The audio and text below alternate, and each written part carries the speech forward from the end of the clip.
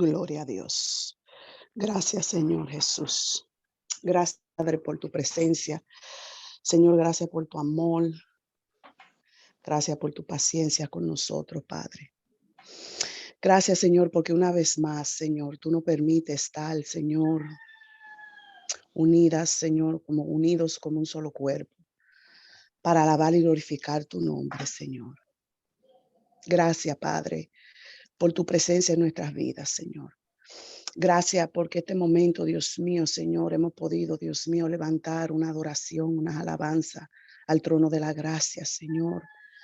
Gracias, Padre, Señor. En este momento, Señor, vengo delante de tu presencia. Señor, presentándote, Señor, Padre, a tu hija, Dios mío, Angélica María Lazo, Señor. Gracias por esta mujer.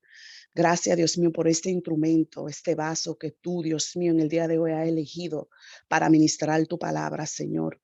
Yo te pido, Señor, que tú sigas, Dios mío, Padre, usándola para tu honra y tu gloria, Señor. Yo te pido que en este momento, Señor Padre, tú derrame una unción fresca de tu Espíritu Santo, de tal manera, Dios mío, Padre, que tu hija pueda ministrar tu palabra, Dios mío, bajo la unción de tu Espíritu Santo, con autoridad, con denuedo, Dios mío, con libertad, Señor Padre, tal y como tú la has depositado en su corazón. Padre, Dios mío, que nuestros oídos, Dios mío, tú puedas seguir abriendo nuestros oídos, nuestros ojos espirituales, Señor, que podamos entender, Dios mío, que podamos recibir la revelación de tu palabra, Señor, que podamos discernir, Dios mío, Padre, oh Señor, Padre, Señor. ¿Qué es lo que tú no estás hablando en esta mañana? Padre, ¿qué es lo que tú no quieres ministrar? Porque tú solamente conoces, Dios mío, las necesidades que están presentes hoy en tu pueblo, Señor. Tú conoces nuestras necesidades. Tú conoces, Dios mío, Padre, qué nos hace falta. Dios mío, qué, Dios mío, Padre, oh Señor, es lo que, Dios mío, Padre, necesitamos ser ministrada. Señor, gracias una vez más por esta mujer. Señor, bendícela, sigue bendiciéndola, Dios mío, a ella, Dios mío, Padre, y a sus seres queridos, Dios mío. La cubrimos con la sangre del Cordero, Padre. En el nombre de Jesús de Nazaret, declaramos una protección divina sobre ella en este momento. En el nombre de Jesús te lo pedimos, Señor, y te damos las gracias. Amén. Amén, amén. Bueno, hermanas, hoy tenemos a la maestra Angélica. Maestra Angélica, puede abrir su cámara para que la vean qué hermosa está. Y bienvenida de nuevo a nuestros devocionales, usted de la casa, conocida por todas nosotras. Amén. Bienvenida. Buenos días, muchas gracias. Bendiciones del Señor para todos. Espero que hayan amanecido muy bien. Gloria a Dios, todavía estamos en la tierra de los vivientes por la misericordia del Señor. En esta mañana vamos a tener una enseñanza que hemos titulado La finalidad de que Cristo more en nuestros corazones o habite en nuestros corazones. Y cuando yo estudiaba esta palabra, la acabo de colocar en el chat, que está en el libro de los Efesios, capítulo 3, versículos del 14 al 21, para que se van ubicando en sus Biblias. Yo no la estudiaba como título, sino como una pregunta. Y la pregunta es, ¿cuál es la finalidad de que a Cristo habite en nuestros corazones? Esta pregunta me la hacía a mí misma. ¿Cuál es esa finalidad? ¿Cuál es el propósito? Porque hoy en día es la palabra, digamos, número uno en las iglesias. Propósito, propósito, propósito, propósito. Y entonces nosotros nos tenemos que preguntar si realmente estamos claros cuál es el propósito de que Cristo habite en nuestros corazones. Y antes de entrar a la lectura de la palabra, quisiera saber sus opiniones o sus respuestas frente a cuál consideran ustedes que es la finalidad o el propósito de que Cristo habite en nosotros. Antes de entrar a la palabra del Señor, los que quieran colocar en el chat, ¿cuál creen que es el propósito de esto? Sí, hermanas, si lo pueden escribir en el chat.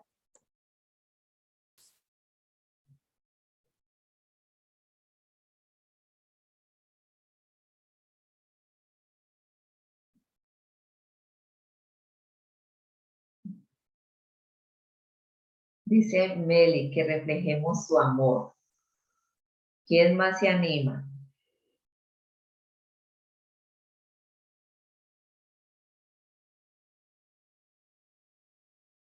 Dice, en nuestra forma de vivir.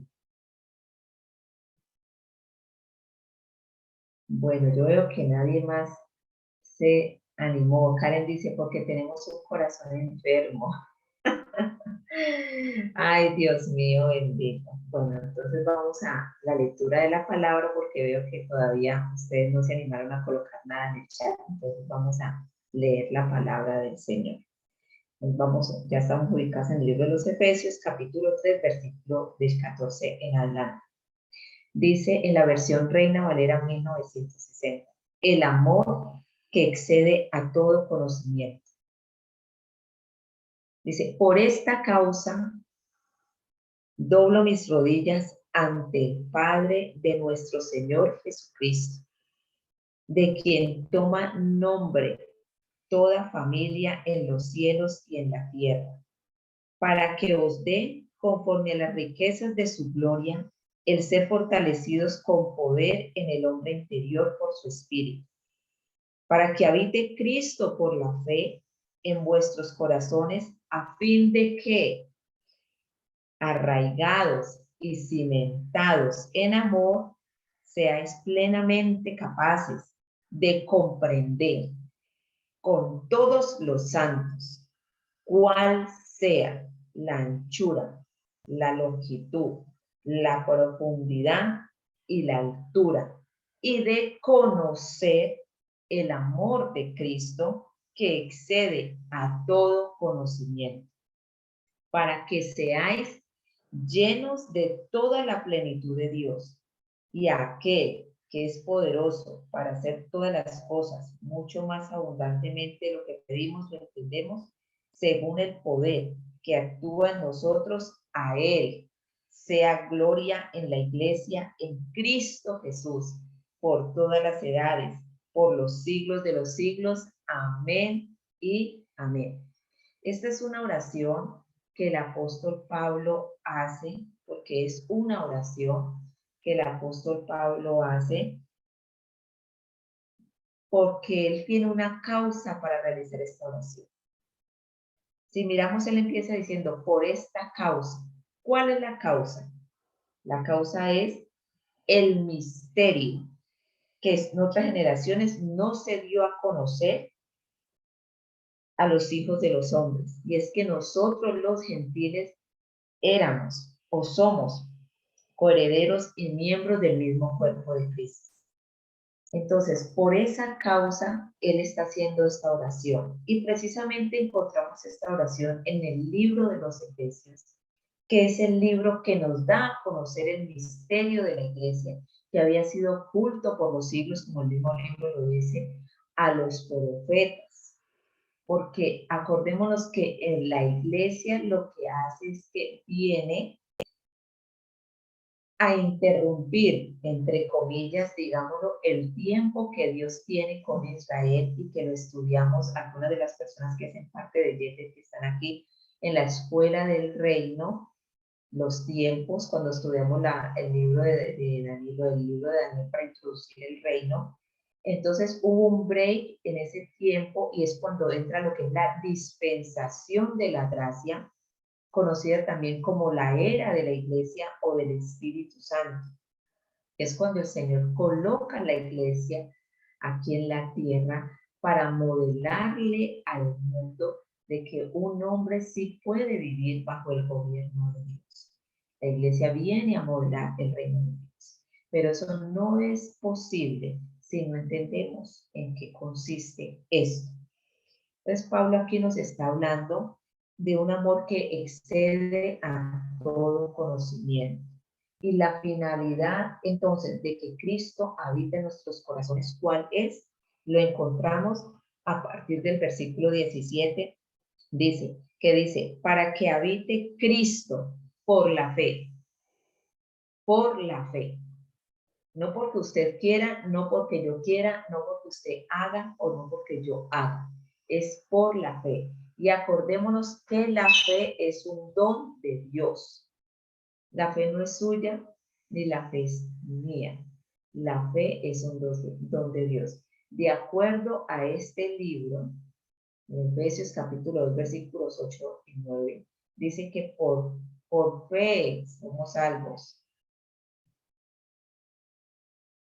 Por gracia somos salvos, y esto por medio de la fe, y esto no de vosotros, pues es don de Dios. La fe es un don de Dios. Cristo habita en nuestros corazones, no porque usted quiera o yo no porque yo quiera, sino porque así Dios lo dispuso. Por la fe habita Cristo en nuestros corazones, dice. A fin de que la finalidad número 1 es que seamos arraigados y cimentados en amor. Y yo sé que está muy temprano, que muchos nos estamos arreglando para salir a trabajar, que otros todavía no nos hemos levantado de la cama, pero yo sí quisiera que ustedes participaran y me dijeran, cuando Pablo habla de arraigados y cimentados, ¿a qué está haciendo referencia? ¿Qué quiere decir Pablo cuando dice arraigados y cimentados en amor?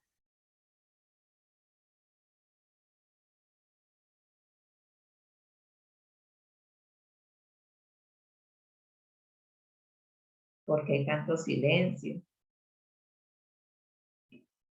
Dice Karen, hace referencia a raíces. Dice Regina, arraigados a Cristo. Bueno, él utiliza, Pablo, al igual que los hombres que fueron inspirados por el Espíritu Santo, utilizan lenguaje analógico para transmitir el mensaje de Dios. Entonces, cuando dice arraigados y cimentados en amor, es lo primero, el primer propósito de que Cristo more en nosotros, que seamos arraigados y cimentados. Si Cristo no mora en nuestros corazones, nosotros no vamos a ser ni arraigados ni cimentados. Número 1, el primer propósito de que Cristo more en nosotros es que seamos arraigados y cimentados. Elena dice, desde lo profundo del corazón. Muy bien, Elena. Entonces, cuando me hablan de ser arraigados, me están hablando precisamente como dijo Karen, Ana Marcelo dice, morir uno mismo para que Él viva en nosotros. Cuando estamos hablando de arraigados, como dijo Karen, precisamente me está haciendo énfasis a la raíz, porque es una palabra que se deriva de la raíz primaria, de la palabra primaria raíz. Efectivamente, me están hablando de raíz. Entonces, arraigados viene del término arraigar, que a su vez tiene su origen en la palabra raíz y significa echar raíces. ¿Qué es lo que echa raíces? Echar raíces. La segunda definición que tiene el diccionario de nuestra lengua es establecerse. Miren las palabras que utiliza. Echar raíces y establecerse de manera permanente en un lugar, vinculándose a personas y cosas. Por eso es que cuando una persona en nuestros días comete un delito, infringe la ley penal, para que le den el beneficio de detención domiciliaria, ¿sí? Siempre se solicita el arraigo. El arraigo la presenta en el caso de República Dominicana el Ministerio Público, en el caso de aquí de Colombia la Fiscalía, de la investigación que ellos hacen y dicen si la persona es arraigada o no en cierto lugar. Para esto también la defensa de esta persona lleva cartas, ya sea del personero, de los concejales, del alcalde, de gente reconocida dentro de la ciudad donde vive esta persona, que pueden dar fe de que la conocen por X cantidad de años, que saben hasta de pronto que Raizal nació en ese territorio y siempre ha tenido buen comportamiento. Entonces, eso es probar el arraigo, estar uno establecido o echar raíces. Y cuando me hablan de echar raíces, debo preguntarme, ¿quiénes son los que echan raíces? ¿Qué es lo que echa raíz? Inmediatamente mi mente me va a conducir a los árboles, porque por naturaleza lo que echa raíz son los árboles, por naturaleza. Ellos son los que, dice Regina, las plantas, sí, pero las raíces grandes y profundas son propias de los árboles, porque las plantas ornamentales, efectivamente ellas echan raíces, pero no son tan arraigadas como árboles que viven por más de un siglo. Hay árboles que tienen más de un siglo de vida. Entonces, esto se debe a sus raíces tan profundas. Entonces, por naturaleza, lo que echa raíz profunda es los árboles. ¿Y qué me dice la palabra del Señor a mí de los árboles? Tenemos que irnos entonces al Salmo 1. Si alguien me puede hacer el favor de postearme el Salmo 1 en el chat para que miremos qué es lo que dice el Salmo 1.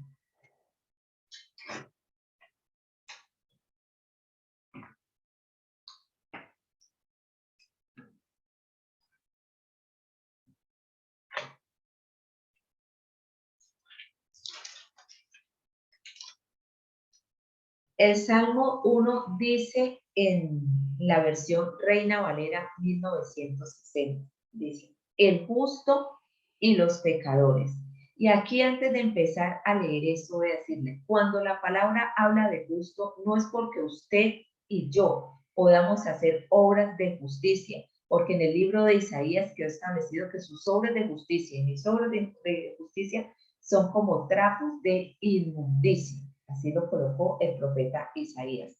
Entonces, cuando dice el justo y los pecadores, es porque la persona ha hallado gracia ante Dios y Dios lo ha justificado, no por sus obras, sino por la justicia de Dios. Entonces dice, bienaventurado el varón que no anduvo en consejo de malos, ni estuvo en camino de pecadores. No estuvo en consejo de malos, ni estuvo en camino de pecadores, ni en silla de escarnecedores se ha sentado, sino que en la ley de Jehová está su delicia, y en su ley medita de día y de noche. Será como árbol plantado junto a corrientes de agua, que da su fruto en su tiempo y su hoja no cae. Y todo lo que hace prosperará, dice la palabra del Señor. Entonces, estar arraigado es echar raíces precisamente como este árbol a la que hace alusión la palabra del Señor en el Salmo 1. Esto es lo que dice la palabra del Señor. Es decir, que cuando Cristo mora en nuestro corazón, el primer efecto de que Cristo habite en nuestro corazón, ¿sí?, es que en la ley de Jehová esté nuestro deleite, está nuestra delicia. Ahí nos deleitamos, ahí nos saboreamos, ahí nos disfrutamos, ahí somos efusivos, ahí nos apasionamos. La pregunta es, ¿realmente yo tengo esta pasión y tengo este deleite por la ley de Jehová? ¿Realmente me gozo y anhelo tener ese tiempo de comunión con la ley del Señor, que no es otra que su palabra? ¿Cuánto tiempo le estoy dedicando al estudio de la palabra del Señor? Porque yo no pongo en duda que el que asiste a una iglesia cristiana lee la palabra del Señor. Yo no lo pongo en duda, así sea una vez a la semana, pero la leo. Yo no pongo en duda que quien asiste a una iglesia cristiana memoriza o se sabe versículos bíblicos de memoria. Yo no lo pongo en duda porque por lo menos Juan 3:16 se lo debe saber. Yo no lo pongo en duda. Lo que aquí sí hay que poner en duda o hay que retarse y mirar es cuánto tiempo estamos meditando en la palabra del Señor y cuánto tiempo estamos estudiando la palabra del Señor para poder ser como este árbol, porque Cristo habita en mi corazón precisamente con esa finalidad de que yo medite la palabra y de que yo la estudie a profundidad para que pueda echar raíz. ¿Y dónde está esto? Pues el Salmo 23 dice que el Señor es mi pastor y que nada me faltará. Si el Señor es mi pastor, según la palabra, ¿yo qué soy?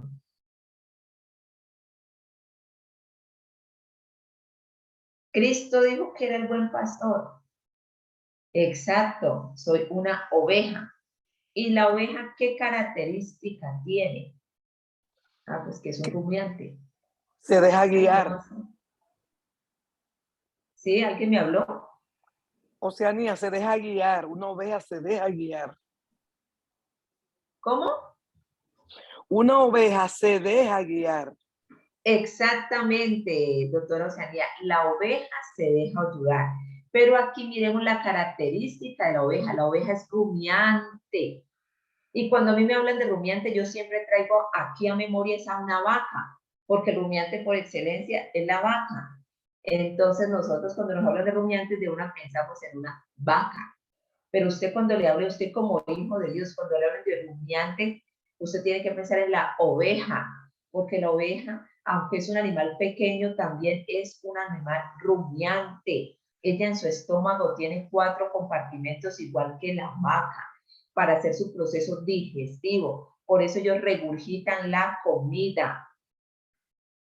Ellos comen inmediatamente, no tragan como nosotros y hacen el proceso de digestión y botan lo que el cuerpo no les sirve. Ellos hacen todo el tiempo, ellos se demoran en digerir esa comida porque sus 4 compartimentos estomacales le regurgitan el alimento para que en cada uno se procese y cada uno tome lo necesario de ese alimento, ¿sí? Ya cuando los 4 compartimentos hacen este procedimiento es que sale lo que no necesita la oveja porque ya absorbió los nutrientes. Asimismo somos nosotros, aparte que la oveja es mansa, aparte que la oveja se deja ayudar, aparte que la oveja da lana, aparte que la oveja, sí, todas estas condiciones que tiene la oveja, tenemos que entender que la oveja también es rumiante y a esa misma condición me está mandando la palabra.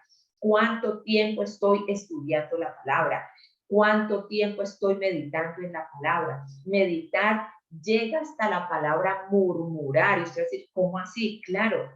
Y cuando si usted se pone a mirar, cuando usted murmura de alguien, y usted va a decir, ay, no, sí, señor, usted y yo murmuramos.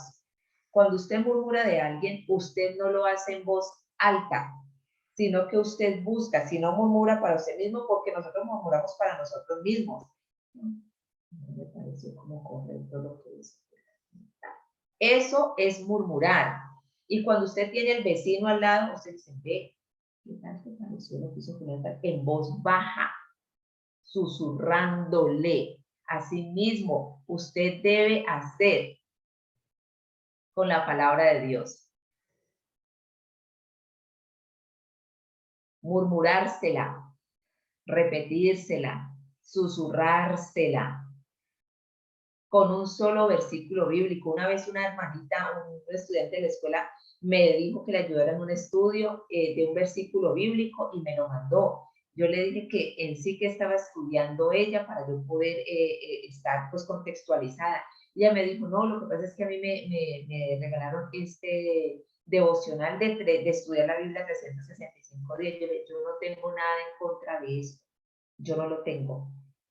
No tengo absolutamente nada en contra de esto, pero a mí me queda difícil, porque es que la palabra de Dios mío me manda a leer la palabra en 365 días, sino a meditar en ella de día y de noche. Y para yo poder meditar en la palabra de Dios, yo requiero regurgitar esa palabra, un solo versículo bíblico, un solo pasaje bíblico. ¿Cuánto tiempo debo tomar yo para esto? Gloria a Dios y el Señor me ilumina en cuestión de minutos, pero hay versículos bíblicos que nos llevan semanas, que nos llevan meses, que nos llevan años, llegar a la profundidad de lo que el Espíritu Santo quiere revelar a mi vida, para que mi vida sea transformada. Entonces, yo voy a tener ese deleite y esa delicia en la ley de Jehová cuando en ella medito de día y de noche. Me mandan a meditar de día y de noche en la palabra, no 1 hora, no 2 horas, no 15 minutos, no 40 minutos, todo el tiempo, dice, sino que la ley de Jehová está a su delicia y en su ley medita de día y de noche. Entonces yo digo, no, es que yo estudié la palabra 1 hora. ¿sí? Me parece muy bien. Estúdiela 1 hora, porque es el tiempo que le queda y nosotros tenemos muchas actividades que hacer. Pero ¿cuánto estoy meditando en ella? ¿Cuánto estoy pasando en ella? ¿Cómo la estoy regurgitando? ¿Cómo la estoy digeriendo? ¿Cómo ese nutriente que da la palabra se está viendo en mi vida? Porque es que ese es el propósito de que Cristo esté en mi corazón. Lo que refleja realmente, lo que da testimonio y lo que da evidencia de que Cristo está en mí, es que la palabra y yo nos volvemos uno. Eso es lo que da evidencia. Eso es lo que da evidencia. Que la palabra y yo nos volvemos uno. Así combato el código del mal. Por ahí está Arlene, que tuvo COVID, ya está recuperándose, gracias al Señor. Y en el tiempo de su convalecencia por COVID, de su cuarentena, nos pusimos a conversar y yo le dije, véase el código Enigma, la película, porque así desciframos el código del mal. Cuando vienen los pensamientos, sea que del enemigo o sea producidos por mi naturaleza humana, ¿cómo los combato? Si no estoy afirmada, arraigada en la palabra del Señor. ¿Cómo los combato? ¿Cómo cuando quiero tener el viaje que tiene la doctora Oceanía, cómo hago para no envidiarlo? ¿Con qué lo combato? No digo, y ella como viaja y yo como que no tengo para viajar. ¿Cómo hago? La palabra dice, no codicies, contento con lo que tienes, dando gracias a Dios por todo. Pero si yo no he meditado en esa palabra, ¿cómo lo voy a hacer? ¿Cómo lo vamos a hacer? ¿Mm?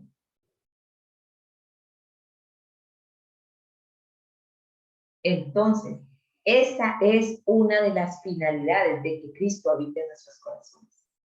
Dice, será como árbol plantado junto a corrientes de agua que da su fruto en su tiempo. El fruto del Espíritu tiene un tiempo para darse. Y ustedes dirán, ¿cómo así? El Espíritu Santo mora en nosotros, pero su fruto tiene un tiempo para darse. Porque en este momento yo les puedo decir que yo los amo a todos los que están aquí. Y es cierto, porque son mis hermanos en Cristo, porque somos una familia, porque estamos unidos por el vínculo perfecto que es el amor. Pero el fruto del amor en mí se va a manifestar el día que uno de ustedes me ofenda, el día que uno de ustedes me falte, el día de que uno de ustedes sea desleal, el día que uno de ustedes me traicione. Ese día es que ha llegado el tiempo de que el fruto del amor se manifieste. ¿Sí? El fruto de la paz, cuando tengo el problema, porque la paz no es ausencia de problemas, sino a sabiendas de que estoy en una situación difícil,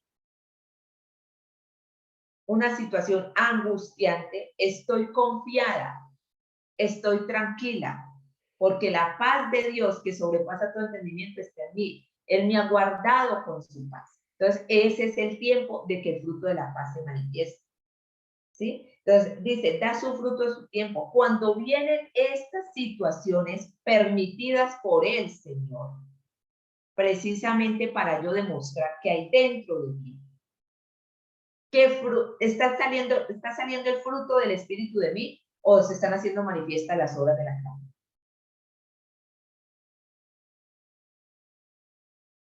Porque si se están manifestando las obras de la carne, quiere decir que Cristo no habita en mi corazón. Porque la finalidad de que Él habite en mi corazón es que yo esté arraigada. Y como arraigada tengo, número 1, delicia en la ley de Jehová. Medito en ella de día y de noche y el fruto del Espíritu en su tiempo se manifiesta en mi vida. Eso es lo que aquí me están diciendo. Que mi hoja no cae. ¿Por qué caen las hojas de los árboles? Sencillamente las hojas de los árboles se caen porque hay una estación que se llama otoño. Y precisamente en esta estación el sol, la luz del sol no le llega tanto a las plantas para ellas hacer su proceso de fotosíntesis. Entonces, no alcanzan a producir lo que es la clorofila y la hoja empieza a oscurecerse, a morirse poco a poco. Y cuando, como una estación donde vienen vientos, Entonces, al ventearse la hoja, como no tiene fuerza, como no tuvo alimento, como no tuvo nutriente, se cae y el árbol muda. Cambia. Los que tienen y pueden disfrutar de las estaciones pueden decir si esto es cierto, sí o no. Yo aquí no, porque aquí en mi país solo se ve el verano y el invierno, nada más. Entonces, pero esto es lo que hace la estación, dice, su hoja no cae, porque la luz del evangelio siempre le está alumbrando, porque ya está dentro de él, debido a que a la meditación que hace de día y de noche a la palabra. No hay viento que le tumbe la hoja, no cambia de color, no cambia, no muda. ¿Por qué? Porque Dios está en él a través de Cristo morando en su corazón.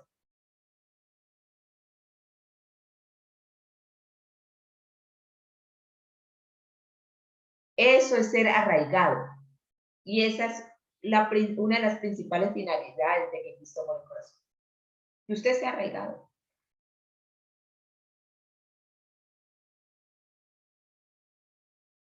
La pregunta es,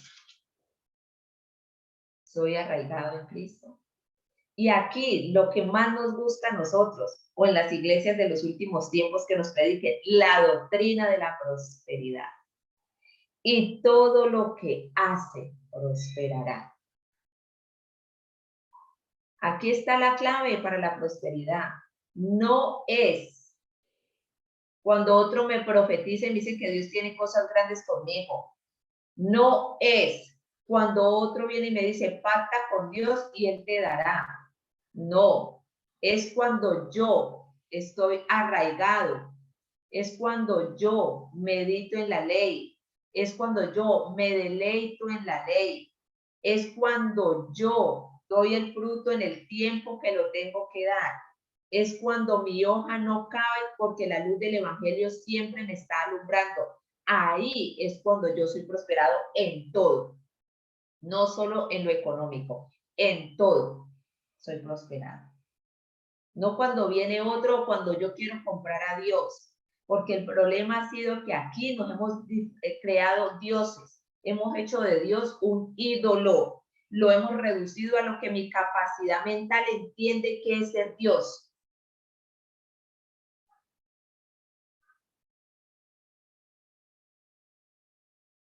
Entonces, aquí debemos preguntarnos, ¿realmente Cristo está habitando en mi corazón? Si no es así, la oración es, Señor Jesucristo, habita en mi corazón para que yo pueda ser arraigada en tu amor. Y de esta forma, mi deleite sea en tu ley.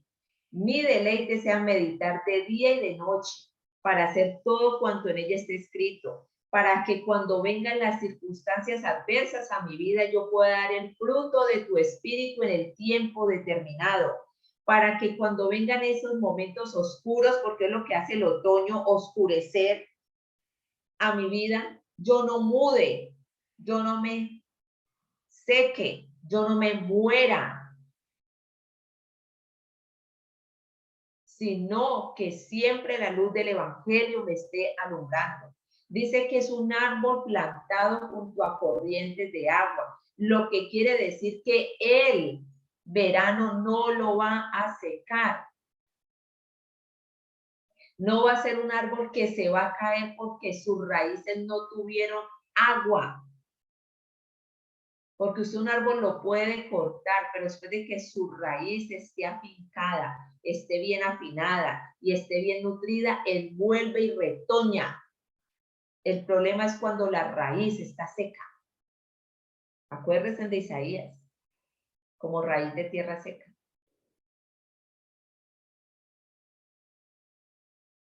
El Señor dice en su palabra que a usted nunca el agua le va a faltar. ¿Por qué? Porque usted está meditando en ella de día y de noche.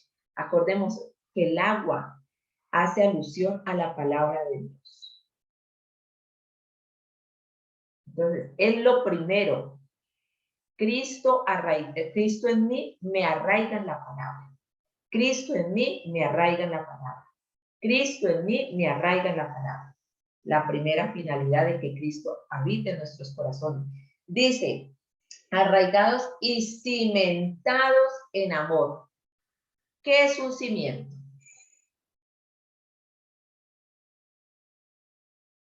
Ya vimos lo que es arraigarse. ¿Qué es un cimiento?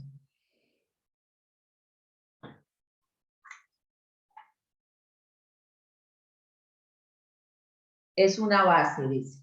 ¿Sí? Es una base. Bueno, la palabra cimentar, cimentado viene de cimentar.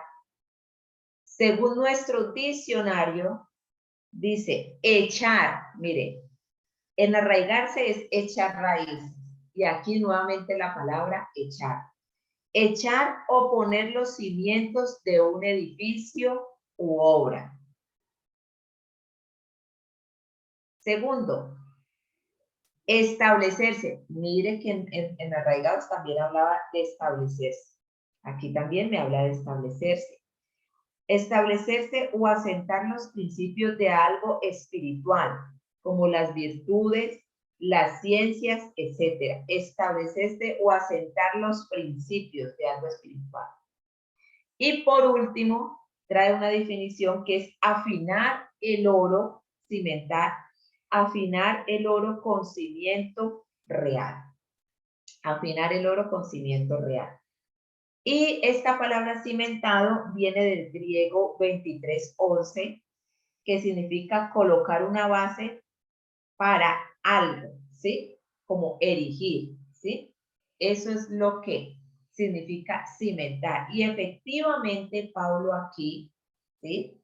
Está hablando de construcción. Porque si miramos el libro de los Efesios, Pablo habla de que nosotros tenemos que estar fundamentados. Entonces, mire cómo utiliza Pablo este lenguaje analógico para decirnos a nosotros que tanto nuestras raíces profundas y nuestros cimientos deben estar solamente en Cristo Jesús cuando Él habita en nuestros corazones. ¿Sí? Entonces, ¿qué dice el libro de los Efesios en el mismo capítulo 3 que estamos trabajando? Y los versículos 20 al 22.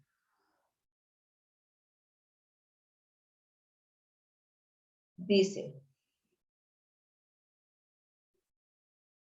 perdón, no es este. Ya les digo cuál es.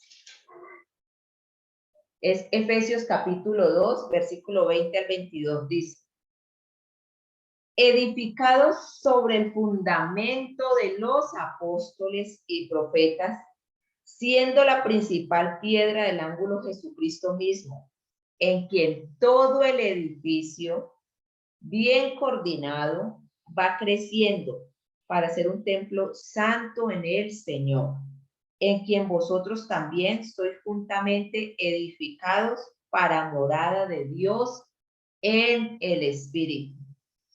Entonces, aquí Pablo me dice que el fundamento tiene que ser los apóstoles y los profetas y la piedra del ángulo, Jesucristo.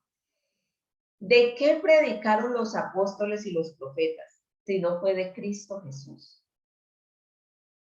No hay otra predicación que salga de los apóstoles y los profetas que no sean las buenas nuevas de salvación, del plan de salvación de Dios para nuestras vidas, del evangelio de salvación. Y la piedra del ángulo es Jesucristo. Pedro también habló de la piedra del ángulo. Y Pedro lo dijo que fue la piedra que dejaron por fuera los edificadores.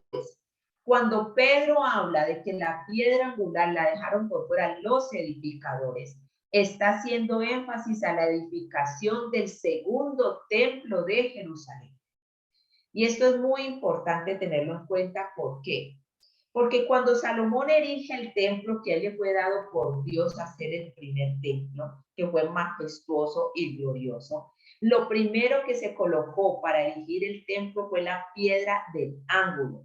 Dicen los historiadores y arqueólogos bíblicos que la piedra del ángulo fue situada precisamente en el lugar donde quedó el lugar santísimo, no en los atrios, no en el lugar santo, sino en el lugar santísimo. Y sobre esta piedra angular se echaron los cimientos para levantar el templo de Jerusalén. Cuando el reinado babilónico o el imperio babilónico vino y saqueó Jerusalén, se llevó cautivos al reino del norte y también al reino del sur, y saquea el templo de Jerusalén, que se desaparece el arca del templo, se quema el templo, lo destruye. Sabemos que se da el exilio y ya no es sino hasta el tiempo de Zorobabel, de Esdras, de Nehemías, que se vuelven a levantar las murallas tanto de Jerusalén como la construcción del templo. Y los arqueólogos dicen que cuando Zorobabel levanta el segundo templo, dejaron por él, porque acordemos que se levantó en medio de un conflicto.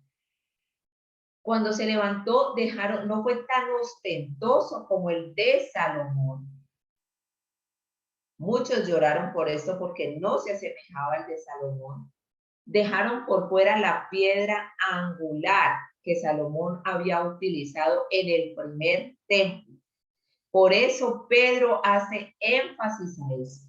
Ya cuando llega el reinado de Herodes el Grande, que destruye el templo de Zorobabel y hace la reforma o remodela el templo y hasta sus dimensiones que las agranda, queda agrandado este templo, que conoce la explanada del templo en Jerusalén.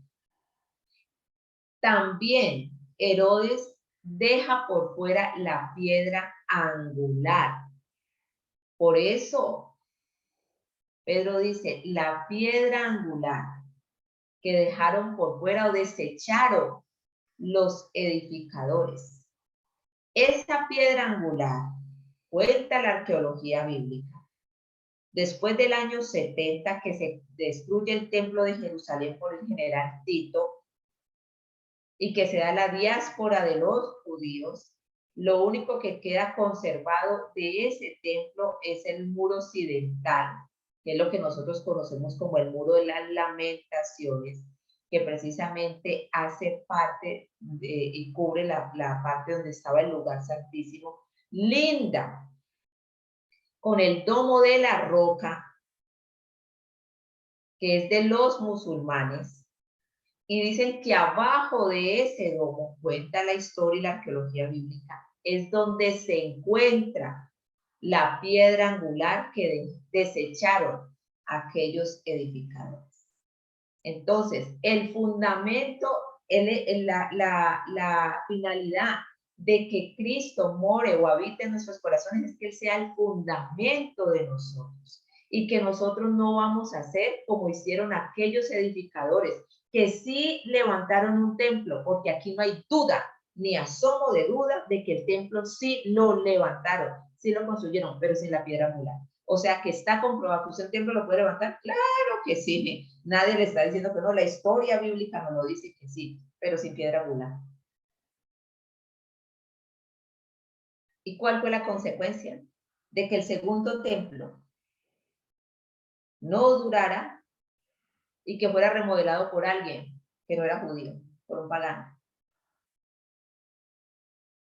Que le metiera mano, como decimos aquí en Colombia, un pagano. Que se atrevió a unir el templo con la Torre Antonia, Roma, y que dentro del templo erigió el águila imperial, símbolo de las legiones romanas. Un templo sí se puede levantar sin piedra angular, pero la misma historia bíblica nos dice cuáles son las consecuencias de esos templos. Entonces, la finalidad de que Cristo more en nuestro corazón es que el templo que nosotros erigimos tenga esa piedra angular, su fundamento sea Cristo, sea el Evangelio, sea la salvación, sea Él, no otra cosa. Porque se puede levantar un templo, claro que sí. O díganme ustedes si no hay un pasaje bíblico que dice que en aquel tiempo muchos me dirán, Señor, Señor, en tu nombre, en tu nombre, en tu nombre, en tu nombre. Creían que tenían que era templo, claro que sí. Y él dice, yo no los conocí, hacedores de maldad. El fundamento mío debe ser Jesucristo. La piedra angular es Jesucristo. Ahí el templo queda bien cimentado. Si no tiene esa piedra angular, ¿puede levantarse un templo? Claro que sí. Pero no va a ser cimentado en él. Y va a ser destruido. Por eso es que la palabra de Dios, cada que nosotros nos acercamos a ella, ella nos destruye. Ella destruye el templo que nosotros creemos levantar para que se erija el templo del Espíritu Santo. Porque nosotros vivimos cuando estamos alejados de la palabra del Señor, cuando tenemos el entendimiento entenebrecido de lo que dice la palabra del Señor en un ilusionismo. Y eso hace que construyamos templos que no tienen nada que ver con la verdad del Señor. O díganme si nosotros no hemos sido golpeados directamente por la palabra del Señor.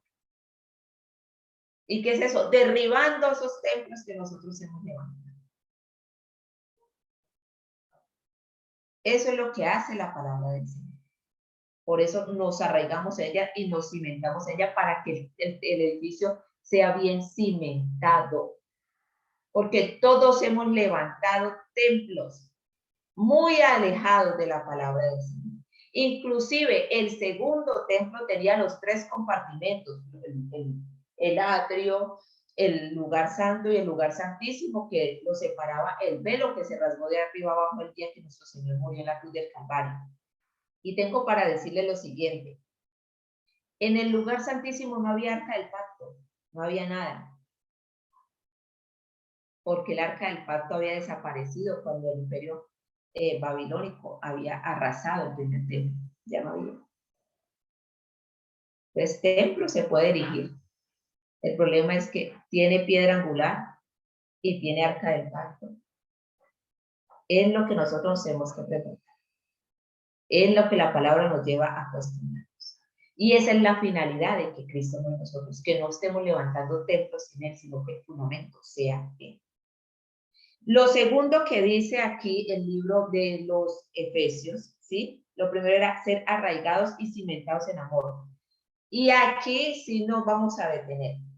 Lo segundo es, dice, por la fe en vuestros corazones, a fin de que arraigados y cimentados en amor, ya estudiamos esto, seáis plenamente capaces de comprender con todos los santos cuál sea la anchura, la longitud, la profundidad y la altura del amor de Cristo.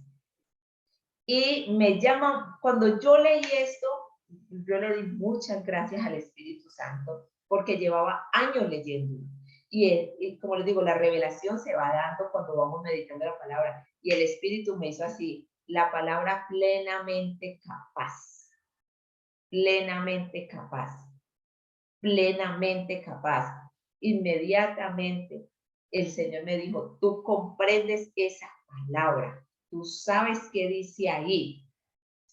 Y me llevó, esta es una palabra eminentemente jurídica, la capacidad plena del ser humano, la capacidad plena de la persona cuando se adquiere. ¿Cuándo se adquiere esa capacidad plena? ¿Quién me dice?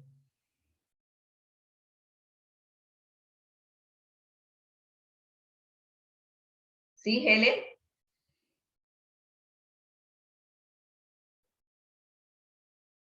Helen alzó la mano, pero no me dice nada. Darlene dice, cuando se adquiere madurez. La capacidad plena de la persona se adquiere, exacto, Helen, cuando se cumplen los 18 años, cuando se adquiere la mayoría de edad. Y se supone que usted cuando adquiere la mayoría, bueno, Karen dice 21 acá, cuando usted adquiere la mayoría de edad, el Estado le reconoce a usted derechos y obligaciones. Cuando uno firma un contrato, dice fulano de tal, mayor de edad, identificado con cédula de ciudadanía tal, plenamente capaz, hábil para otorgar y obligarse, dice. Y esa mayoría de edad, como lo dijo David, implica madurez. Ya su papá y su mamá no vienen a responder por usted. Usted ya solito responde. Eso es lo que llamamos capacidad de ejercicio. Eso es lo que se llama capacidad de ejercicio. Esta capacidad efectivamente viene del Imperio Romano. Roma es la cuna del derecho occidental. Entonces, en Roma se hablaba de la capacidad de ejercicio, que era cuando los hijos que hacían parte de un pater familia, que estaban todavía bajo patria potestad, no ejercían derechos por ellos mismos como si fueran libres, pero sí estaban capacitados por la ley para representar a sus padres en diferentes actos o ceremonias. Esto es lo que se llama capacidad de ejercicio. Representar al padre en los negocios patrimoniales. En Roma significaba esto. Hoy en día nosotros tenemos la capacidad de ejercicio cuando cumplimos los 18 años. Capacidad de obrar. Cuando ya tenemos una madurez. Y como estamos situados en el siglo I y sabemos que nosotros somos hijos adoptados y que estamos bajo patria potestad, nosotros no estamos capacitados para tomar nuestras propias decisiones y para hacer lo que queramos. Pero sí estamos capacitados para representar a nuestros padres, a nuestro padre. Estamos en total capacidad, por eso Pablo dice, para que sean plenamente capaces, para que ejerciten el derecho de representar al Padre. Y es contundente donde lo tenemos que representar. Dice, para que seáis plenamente capaces de comprender, es decir, de que usted perciba, de que usted pueda percibir y tener una idea clara, es decir, para que usted pueda percibir y tener una idea clara de qué.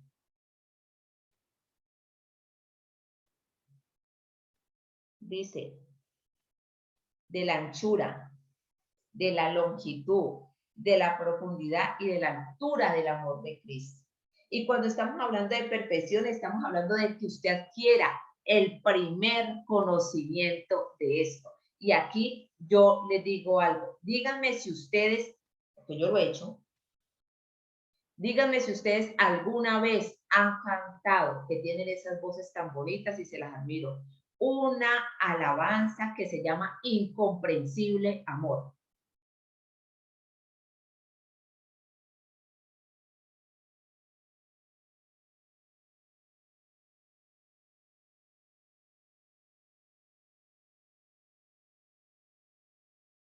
¿Saben cuál alabanza les estoy diciendo?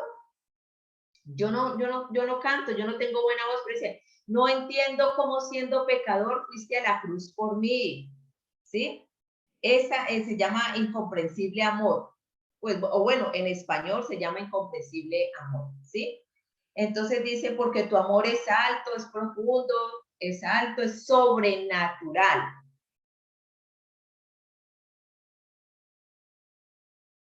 Elena dice que no se llama así, o no la conoce Elena. No sé. Ah, es que sí se llama así, dice Regina. Entonces, Incomprensible Amor. Mírenle el título. Y aquí la palabra de Dios me está diciendo que yo tengo que tener la capacidad plena para comprender el amor de Dios. ¿Qué estamos cantando?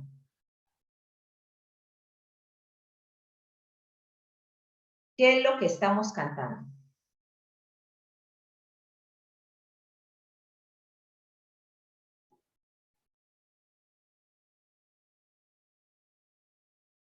Ser arraigado y ser cimentado trae como consecuencia que yo pueda comprender la anchura, la longitud, la profundidad y la altura del amor de Cristo. Que yo pueda tener el primer conocimiento de ese amor. Pero yo estoy cantando que yo no lo comprendo.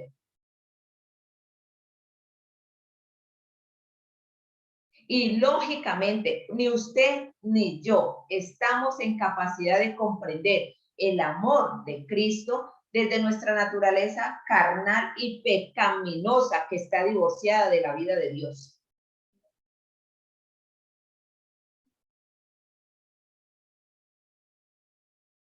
Pero desde la naturaleza divina, a la cual hemos sido hechos partícipes, de acuerdo a una de las cartas de Pedro, perdón, somos partícipes de esa naturaleza divina. Ahí es donde yo debo comprender el amor de Dios. O díganme ustedes, 1 Corintios 13, ¿qué? Pablo está detallando qué es el amor. La pregunta es, ¿él lo está detallando porque él cree que así es el amor o por la experiencia personal que tuvo del amor?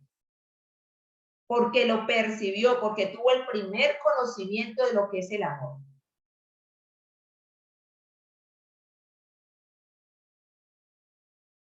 ¿O será que él se lo imaginó?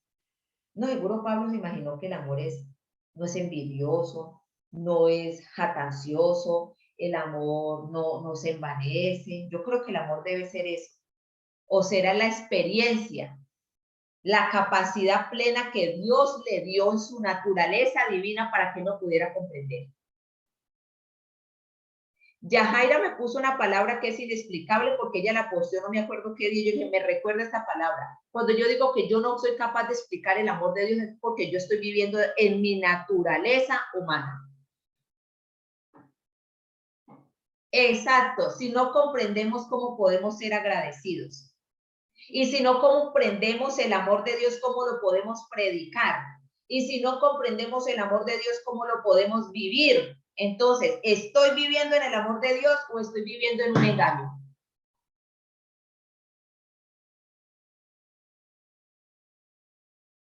Porque aquí me está diciendo, usted tiene capacidad de ejercicio para vivir el amor.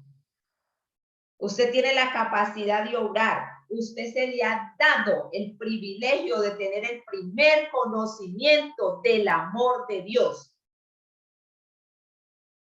Y no solamente nos quedamos aquí. Juan en sus cartas, 1 de Juan, dice, Dios es amor. Y quien no ama, no conoce a Dios, porque Dios es amor. Usted es nacido de Dios, la simiente de Dios está en usted. ¿Cuál es esa bendita simiente si no es otra que el amor?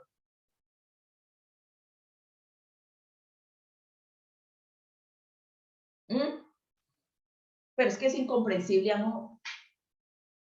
Es sobrenatural. Es sobrenatural desde su naturaleza humana. Pero lo sobrenatural de Dios es natural para su naturaleza divina. Para la naturaleza divina que de Dios vive en usted. Es que miren los conceptos cómo nos tienen de mal, nos tienen de locos. ¿Por qué? Precisamente porque no meditamos. Lo primero que dice es la finalidad de que Cristo habite en nuestros corazones, que ustedes sean arraigados y cimentados en Él, en la palabra. Él es el verbo.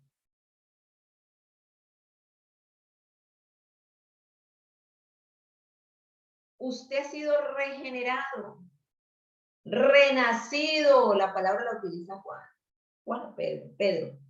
Renacido para una esperanza. Renacido. ¿Y sabe qué es renacer? No es resucitar. Es volver a nacer.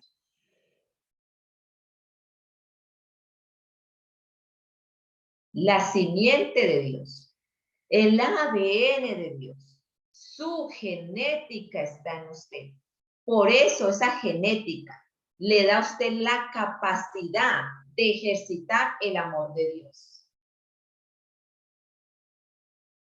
En todos los aspectos. de su vida. De comprenderlo, de experimentarlo, de vivirlo. Eso es lo que está diciendo aquí, plenamente capaz de comprender, tener una idea clara, tener el primer conocimiento, de apoderarse, porque en el original griego la palabra comprender es catalambano, tomar anhelantemente, apoderarse, poseer, de que usted se apodere, de que usted posea ese amor o ese amor lo posea a usted, que se vuelvan uno, adueñarse, dice Karen. Por allá, ¿qué día hubo un seminario, un congreso, no sé, en los Estados Unidos? Y yo veía que invitaban a que usted se apoderara de su ministerio, que se adueñara de su pastorado y bueno, tantas cosas. Pero en ninguna parte leí que me invitaran a que me adueñara del amor de Dios.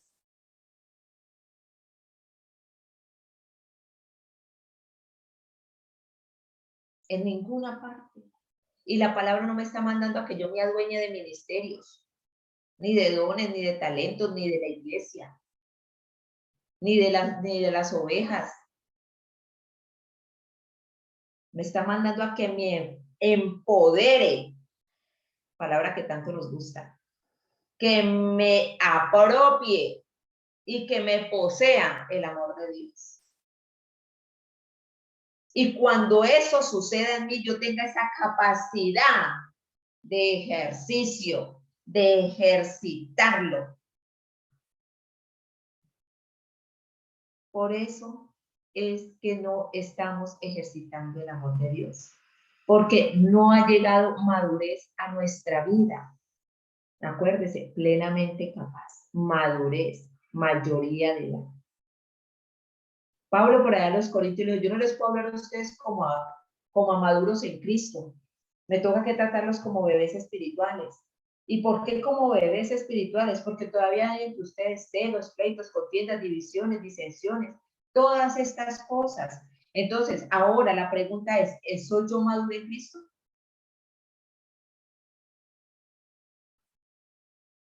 ¿Soy yo madura en Cristo?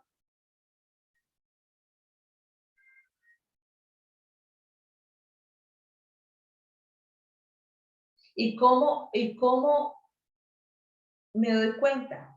Pues con la palabra del Señor. Busco el pasaje que yo les acabo de decir, que está en una de las cartas de los Corintios de Pablo. Si yo no les puedo hablar a ustedes, o escribir a ustedes como maduros en Cristo, sino como a bebés espirituales, porque todavía ustedes hay. Si hay dentro de mí celos, pleitos, contiendas, disensiones, envidias, todas estas situaciones, pues lógicamente que no he madurado.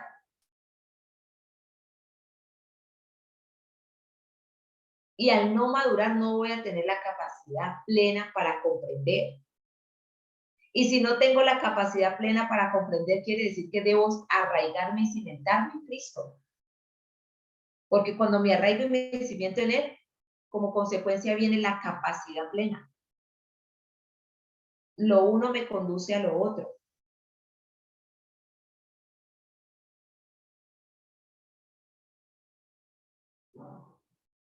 Pablo cita unas medidas que dicen: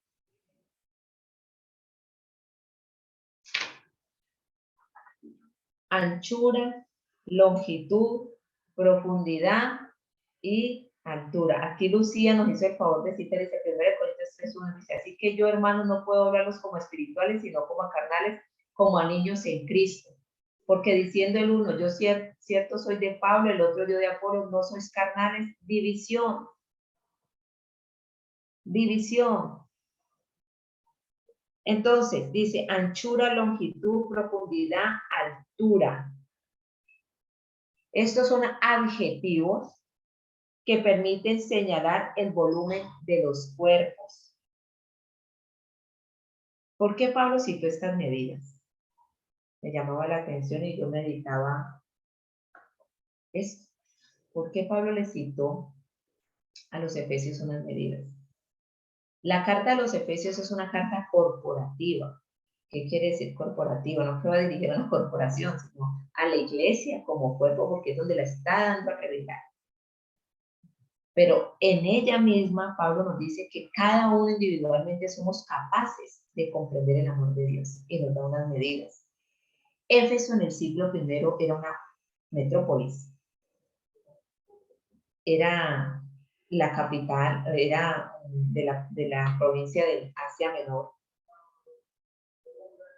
Era residencia del gobernador romano y había muchísima arquitectura en esta ciudad en el siglo I.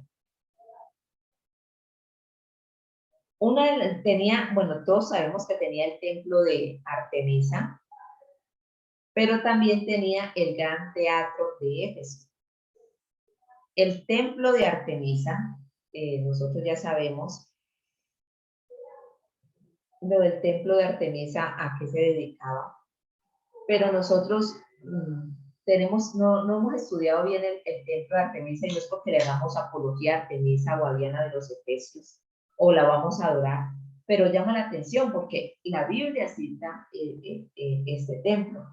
Entonces dice que el templo de Artemisa o de Diana, todos sabemos, fue construido, destruido. Alejandro el Magno se ofreció a levantarlo. Los griegos dijeron no. Muy sutilmente le dijeron no vamos a permitir que un dios le haga templo a otro dios, pero él ordenó la reconstrucción del templo. Entonces los habitantes de Éfeso hicieron préstamos, financiaron esta construcción y fue una magnánime construcción. Entonces, los referentes de medidas que había en el siglo I, una de esas era este templo de Artemisa. Entonces, el templo principal medía 105 metros de largo por 55 metros de ancho. Y hoy en día nosotros podemos decir, pero la construcción está pequeña, porque nosotros hoy estamos viendo grandes construcciones, ¿cierto? Pero en ese tiempo era una construcción magnánima, rodeado por dos filas de columnas de 17.65 metros de altura. Tenía forma rectangular. Y no solamente era un lugar de adoración, sino un lugar de reunión, una especie de foro donde se reunían a debatir. Abrigó comerciantes, ejercía el comercio en ella. Y también tenía un papel protector. ¿Qué quiere decir? Que alguien que estaba siendo perseguido podía refugiarse dentro del templo de Artemisa. Era una construcción magnánime para el siglo I. Entonces, Pablo, utilizando el lenguaje analógico, porque la vista de los efesios estaba puesta en esa magnánime construcción, ¿sí? Les estaba diciendo, estas, así como nosotros miramos y nos maravillamos de esa construcción tan grande que hay allá, no es nada cuando nosotros comprendemos el amor de Cristo Jesús.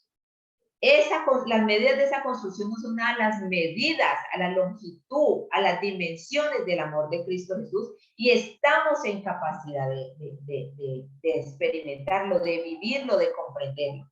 También existía en ese tiempo el teatro, y la Biblia hace referencia a este teatro en Hechos 19, 23, 41, cuando se formó el alboroto con este platero Demetrio en Éfeso, y fue ahí en el teatro donde Pablo depuso,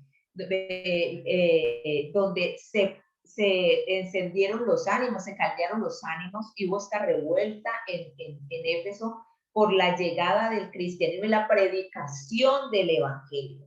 Entonces, este teatro era considerado el más grande de Turquía, porque Éfeso es lo que hoy es Turquía, ¿sí? O de la antigua Antioquía, ¿sí?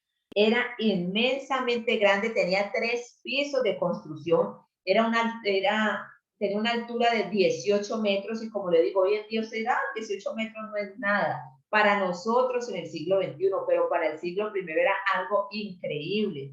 Se utilizaron también, como para los que viven en Estados Unidos, el Empire State, que es lo mejor que hay, el edificio más grande. Asimismo eran estas construcciones en el siglo I, y era utilizado para discusiones políticas, filosóficas, y religiosas, también para peleas de animales y gladiadores. Pablo hace énfasis en estas construcciones, y no solamente en estas construcciones, sino que en el libro de los Efesios 2 dice que nosotros somos un templo, ¿sí? Y esas, las medidas de nosotros, así como el templo de Diana tenía medidas, y así como el gran teatro tenía medidas, las medidas del templo de nosotros son las medidas que se citan aquí, el amor de Cristo, la anchura, la longitud, la profundidad, la altura. Esas son las medidas que el cristiano debe tener en su templo. Esas son las medidas, mismas medidas que Dios le dio a Moisés. Acuérdense que en la Biblia están las medidas del tabernáculo. El Señor le dijo cómo debía elaborar el tabernáculo, y una vez elaborado ese tabernáculo, construido el tabernáculo, vino y posó sobre él la gloria de Jehová, la Shekinah, llenó ese templo. Cuando Pablo aquí me está hablando de las medidas, la plenitud del amor de Cristo en mi vida, la experiencia personal, porque el tercero dice de conocer el amor de Cristo, es decir, que la experiencia personal de mi vida como hija de Dios no puede ser otra que el amor de Cristo Jesús. Eso es lo que aquí la palabra del Señor me está diciendo. Y esta experiencia personal me debe llevar a mí a ejercitar ese amor en todo sentido. No limitarlo, no condicionarlo, sino vivirlo, darlo, entregarlo, otorgarlo en la misma proporción que Cristo lo hizo por mí. ¿Y en qué proporción lo hizo? En que aún estando yo en pecado, Él se entregó por mí. Dios, su amor para nosotros, en que siendo aún pecadores, Cristo murió por nosotros. Yo no le puedo pedir a un hermano que se arrepienta para yo amarlo. No le puedo pedir a un hermano que deje de hacer lo malo para yo amarlo. Yo no le puedo pedir a alguien igualdad de armas, que me ame igual para yo amarlo, porque Dios a mí no me lo exigió.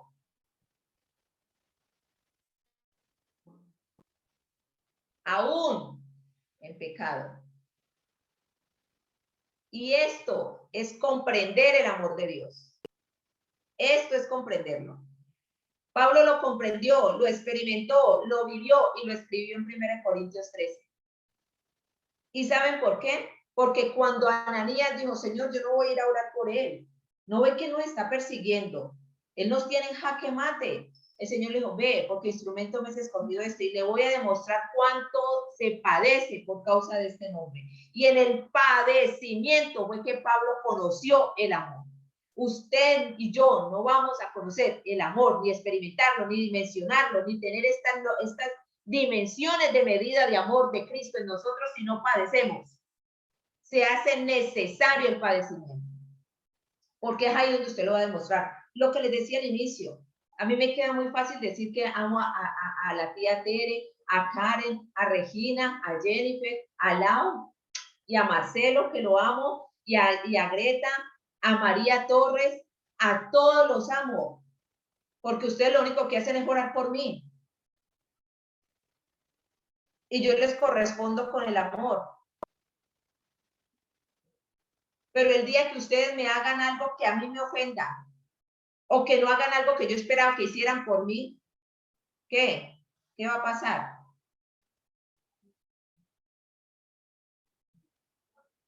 ¿Qué va a pasar?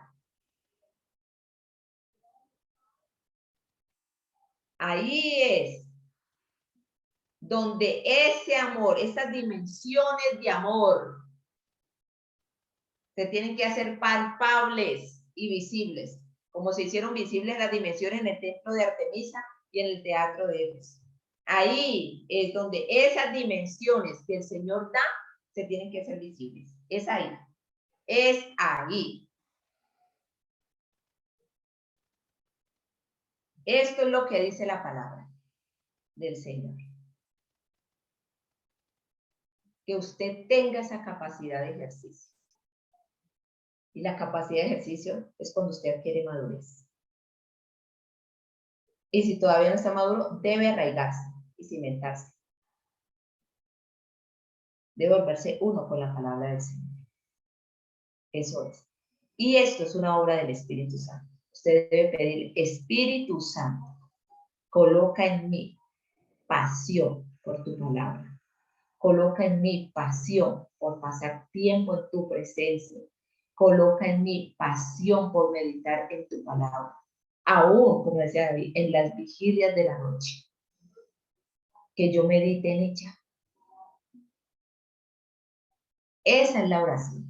Para que nosotros lleguemos aquí a ser plenamente capaces de comprender y dejemos de estar cantando que es un amor incomprensible. Porque la palabra me está diciendo, usted tiene que llegar a la capacidad de comprensión. Y cada que yo canto que es incomprensible, estoy diciendo que no puedo. ¿Por qué? Porque lo estoy entendiendo desde la naturaleza humana. Eso es lo que me dice la palabra. Ahora, ¿cuál es el resultado de que Cristo habite en nosotros?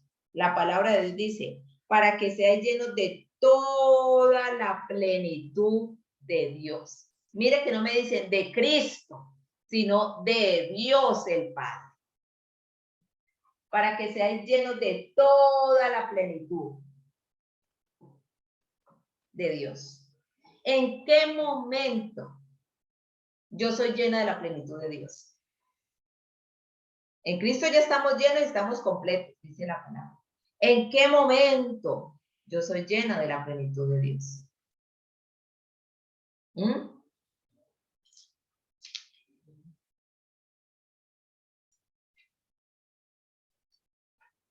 La palabra del Señor en el libro de Colosenses, capítulo 3, versículo 3 dice, porque habéis muerto. ¿Cuántos muertos hay aquí?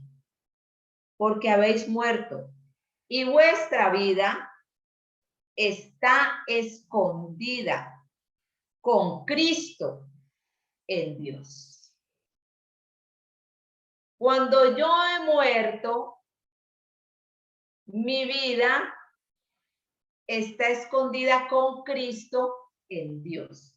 Iniciando esto, yo hice una pregunta a alguien para que podamos reflejar el amor. No, no es reflejar ni el amor, ni reflejar a Cristo. Y usted está diciendo, ella está loca. No, es vivir el amor y vivir a Cristo.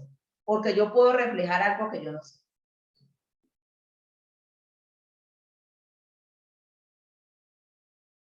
¿O acaso eso no es lo que hacen los espejos? Por ejemplo, los espejos a mí me hacen ver más gorda. Y yo no soy así. Me reflejan unos kilos de más. Y yo no los tengo. ¿Sí?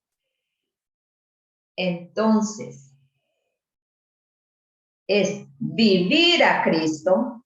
Por eso Pablo decía, para mí el vivir es Cristo. Para mí el vivir es Cristo. Decía, para mí el vivir es reflejar a Cristo. No, para mí el vivir es Cristo. Y el morir es ganancia. Vivir a Cristo para vivir el amor de Cristo. Y cuando ese amor se vuelve mi vida, pues por naturaleza lo doy. Por naturaleza se manifiesta el fruto del Espíritu cuando se tiene que manifestar. Por naturaleza obedezco y me agrada obedecer. Por naturaleza hago la voluntad del Padre. Porque esa es la plenitud de Dios. Para que seáis llenos, completos, rebosantes de toda la plenitud de Dios. Miren que sí se puede. Y nos han enseñado que esto es imposible. Sí se puede. Sí se puede. Dígase, sí puedo comprender el amor de Cristo. Sí puedo vivir el amor de Cristo. Soy plenamente capaz de vivirlo. He sido dotada por el Señor con las herramientas para vivir el amor de Cristo. Y ya deje de decir que el amor de Dios es incomprensible para usted.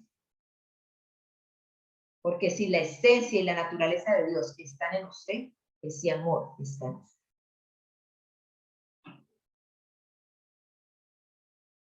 Hasta aquí les dejo esta enseñanza. No sé si alguien tenga alguna pregunta o alguna duda. Si tienen alguna pregunta, pues tenemos apenas unos pocos minutos que la escriban en el chat. De lo contrario, invitaríamos a la hermana Helen para que haga una oración para usted, porque yo me quedé sin palabras.